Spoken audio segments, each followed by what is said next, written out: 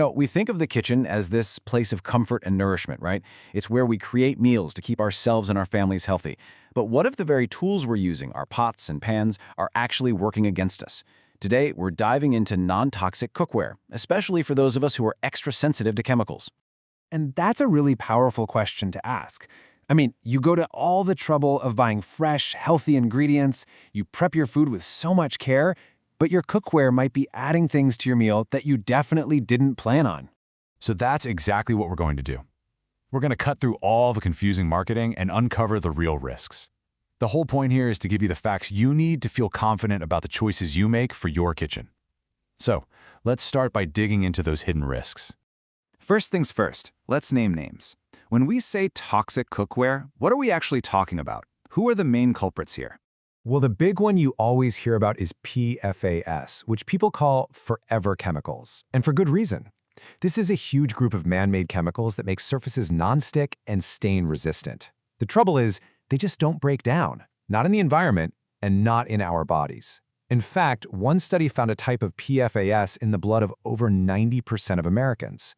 And that's a problem because they can build up over time and have been linked to some serious health concerns. But it isn't just about PFAS. We've also got to think about other stuff, like heavy metals. Things like lead and cadmium can sometimes be found in the glazes on certain cookware, especially older or imported pieces. Then you have metals that can leach, like aluminum from uncoated pans, or even nickel from stainless steel, which can be a real issue for people with specific sensitivities.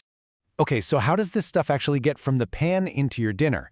It's not magic, it's chemistry. And there are basically two main ways this happens that we need to get our heads around. First, you've got something called off-gassing. This is what happens when nonstick coatings, like good old Teflon, get super hot. We're talking over 500 degrees Fahrenheit. The coating can actually start to break down and release fumes into the air. The second way is leaching. This is when the actual material of the pan has a chemical reaction with your food, causing tiny bits of metal to literally leak into what you're cooking. This happens way more often with acidic foods, like tomato sauce. And check this out. This isn't just a theory. This image comes from a study where scientists at Oregon State University basically cooked tomato sauce in stainless steel pans to see what would happen. They then used some pretty sophisticated lab equipment to measure exactly how much metal ended up in the sauce. The results are kind of shocking. Just look at that number, 26 times. After simmering for 6 hours, the amount of nickel that had leached into the tomato sauce shot up by as much as 26 times. It just goes to show you how much a pan we think of as perfectly safe can actually contribute to the metals we're eating. All right, enough of the bad news. We've laid out the problem, so now let's get to the solutions. It's time to talk about building your non-toxic kitchen toolkit by looking at the safest materials out there.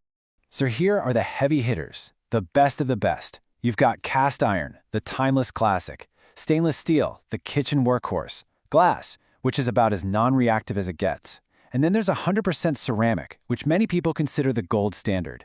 They each have their own strengths and weaknesses, so let's get into the details. I think we all love cast iron. It's totally free of those synthetic coatings, and when you season it the right way, it becomes beautifully non-stick. Plus, it can actually add a little bit of iron to your food, which is a bonus for a lot of people. But, and this is an important but, if you have a condition called hemochromatosis, which means your body holds on to too much iron, you'll want to use cast iron with caution. Now, taking care of cast iron is the secret sauce. The trick is to clean it when it's still warm with just hot water and a good scrub. You want to avoid soak because it can strip away all that hard-earned seasoning. Then, dry it immediately and completely so it doesn't rust. Finally, just wipe a super thin layer of oil on it and it's ready to go for next time. Okay, on to stainless steel. It's in almost every kitchen for a reason. It's tough, it's versatile, and it lasts forever. You want to look for food-safe grades like 304 or 316. But, as we saw in that study, it's not perfectly inert. It can leach small amounts of nickel and chromium, especially when you're slow-cooking acidic food. So what do you do if you know you have a nickel sensitivity? Does that mean stainless steel is off limits? Not at all. You can actually find nickel-free stainless steel. Just look for pans made with grade 439 steel. That way, you get all the perks of steel without the worry. Now, for anyone who wants the absolute safest, most non-reactive cookware possible, glass and 100% ceramic are your go-to options.